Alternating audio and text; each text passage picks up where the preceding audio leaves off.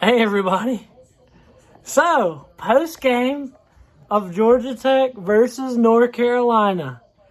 And by God, we beat them 45-22. This is the Georgia Tech that was promised, that I was talking about in the offseason.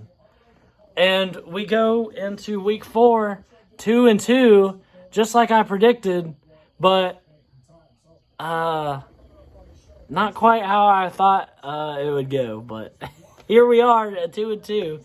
We've just taken down North Carolina, and we played the best game I've ever seen in the Jeff Collins era. This is the best win in the Jeff Collins era, and it's like not even close. We just beat a ranked team, North Carolina, and a lot of people are going to be like, oh, North Carolina just sucks. I mean, okay, well, you know what? We got upset week 1. I know. It was a bad upset.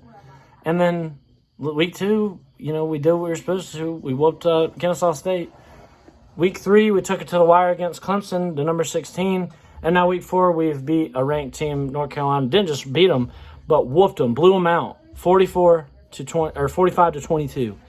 At some point, you got to be like, well, maybe Georgia Tech's not just bad. That's what I'm starting to think, because this was a game where we made much less mistakes. We played to our potential. Oh, my God. Speaking of our potential, I've been crying for a few weeks now about how all the talent we've had on the roster. Yes, we do have a good roster full of good players and that could be a good football team.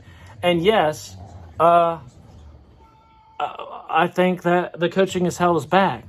But it's absolutely insane, because we had our defense, and I would have my reserves about this defense going into the game, right? I said this in the pregame.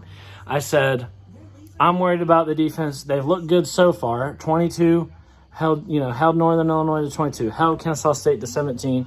Well, 3 most of the game, and then let them get 2 touchdowns at garbage time. Then held Clemson to 14, right? And so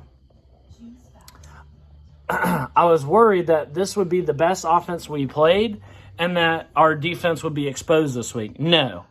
Our defense really kept us in critical in time when we had Yates in there to get the start. Oh, my God. Don't even get me started on the quarterback situation. But I'll start with the defense. They kept us in the game when it was 0-7. Yeah, they gave up 7 at the beginning. They kept us in there when it was 0-7 for 2 drives or so. Then they kept us in there when it was 3-7. Then kept us in there when it was 6-7. And then kept us in there when it was, the rest of the game. Didn't let them score until we were up 35 on them. Right. And wound up giving up 22 total. So, defense played lights out. They are a good defense. They're a good defense that I was kind of hoping that they would be. And not to say, we're going to, hold all these teams to this many 20 points or whatever. It's possible that we face a better offense along the lines. Obviously Georgia when we get to them at the end of the year. And then maybe Notre Dame, they won today. They look pretty good. So this is definitely not the toughest test that our defense will face, I don't think. I thought so before now, but I don't know. It could just be that the North Carolina, they incurred a lot of penalties on themselves that kind of kept the momentum going our way, and we were able to capitalize on most of that. So we got towards the beginning of the game, got into the red zone twice to the 10-yard line and failed to make a touchdown out of it. And I'm like, oh, God, here we go. We should be up 14-7 on them, and instead it's 6-7. And the same red zone problems I was frustrated with, the same O-line problems I was frustrated with. And then, right before the half, they put Jeff Sims back out. Jeff Sims makes a return and come out and immediately ran in for a touchdown. And I was like, okay, the O-line happened to block on that play. The Red Sea parted, and he cruised right through. Yates could have easily done that, right? And we already knew Jeff Sims could run. He runs a tick fast. Yeah, he runs better than Yates. He does. Yates is more of a game manager and everything. But Sims came out, and he was the Sims that was promised. The Sims that I would be talking about in in the offseason. He didn't fumble once. He was completing passes, huge, long, big-time passes. And I was worried when he first came in because all he did at first was run and run and run. Then he started throwing a few little tick passes, a few little quick, 10 yards. And then he started throwing the bombs, dude. Jeff Sims has been grinding in his time off. He hasn't been sitting there feeling sorry for himself for losing a starting job to Yates. He's been grinding and working on himself and looks like a completely different quarterback than the one that came out against week 1 and Northern Illinois couldn't complete a pass, couldn't make good decisions. The decision-making, the reads, he made some amazing reads. Every time he kept it, he would make a huge run. He's got most of the rushing yards. He was like 10 for 13 when he came in and had like 128 yards. And it's amazing. I can't believe this. Who would have thought? I thought our offense would be, okay, Sims is clearly not developed, and he's, this is what I was thinking before the game. And Yates is going to have to be our guy, and he's just a game manager. We're going to have to death by 1,000 cuts him. We're going to have to get 4 and 5 yard freaking gains every play, and that'll be our offense. And then we're never able to convert in the red zone, so we got to field goal him to death. But Jeff Sims just comes in and absolutely lights up the world. I don't think anybody saw it coming. I didn't see it coming. I thought the way we would win this game would be a close, kind of defensive struggle with Jordan Yates game managing our offense.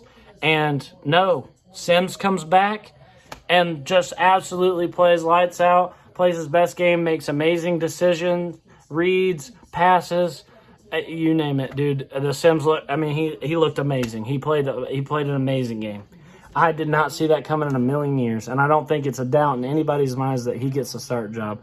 Yates has done a hell of a job for us, and we are good at quarterback, I would say. We're good at the quarterback position. And running backs, Jahmyr Gibbs, I mentioned in the pregame, hasn't quite had a game yet. Broke out in this game, had a great game. Dante Smith, great game. Jordan Mason, when we needed him to, came in and pounded the rock. Gibbs had a great game. Our offensive line was doo-doo in the first half. Come out in the second half and looked like a completely different offensive line. I have no idea what was going on. But when Sims came in, it was right when Sims came in. They started blocking for him and never stopped. I don't get it. I don't know what happened. It must have just killed I really have no clue. It's still probably our weakest link, I guess. But if they can just play like that, we were able to run the ball and we had time to find open men. It's just absolutely insane how we flipped the switch and turned it on and become the Georgia Tech that I knew we could be in the offseason. I was so frustrated because we have the roster, the talent, and the guys that could put on this type of performance and not be a trash can program. But no, I felt like our coaching or something went wrong that held us back. I guess we just got out to a slow start because this is amazing. Now, Jeff Collins come out, said that he had a great win. And guess what? He says, yep, and we need to celebrate tomorrow, put it to bed. We got Pitt next week. And I'll tell you what, Pitt, we're coming for your ass. I can't wait. Because we're going to put the hurt on you. We're going to put the hurt on you.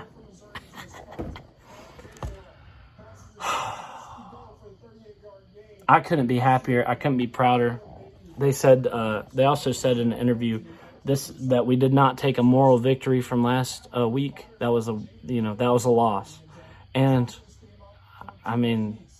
geez, if we can play like this, if we can keep this up, sky's the limit for the Yellow Jackets.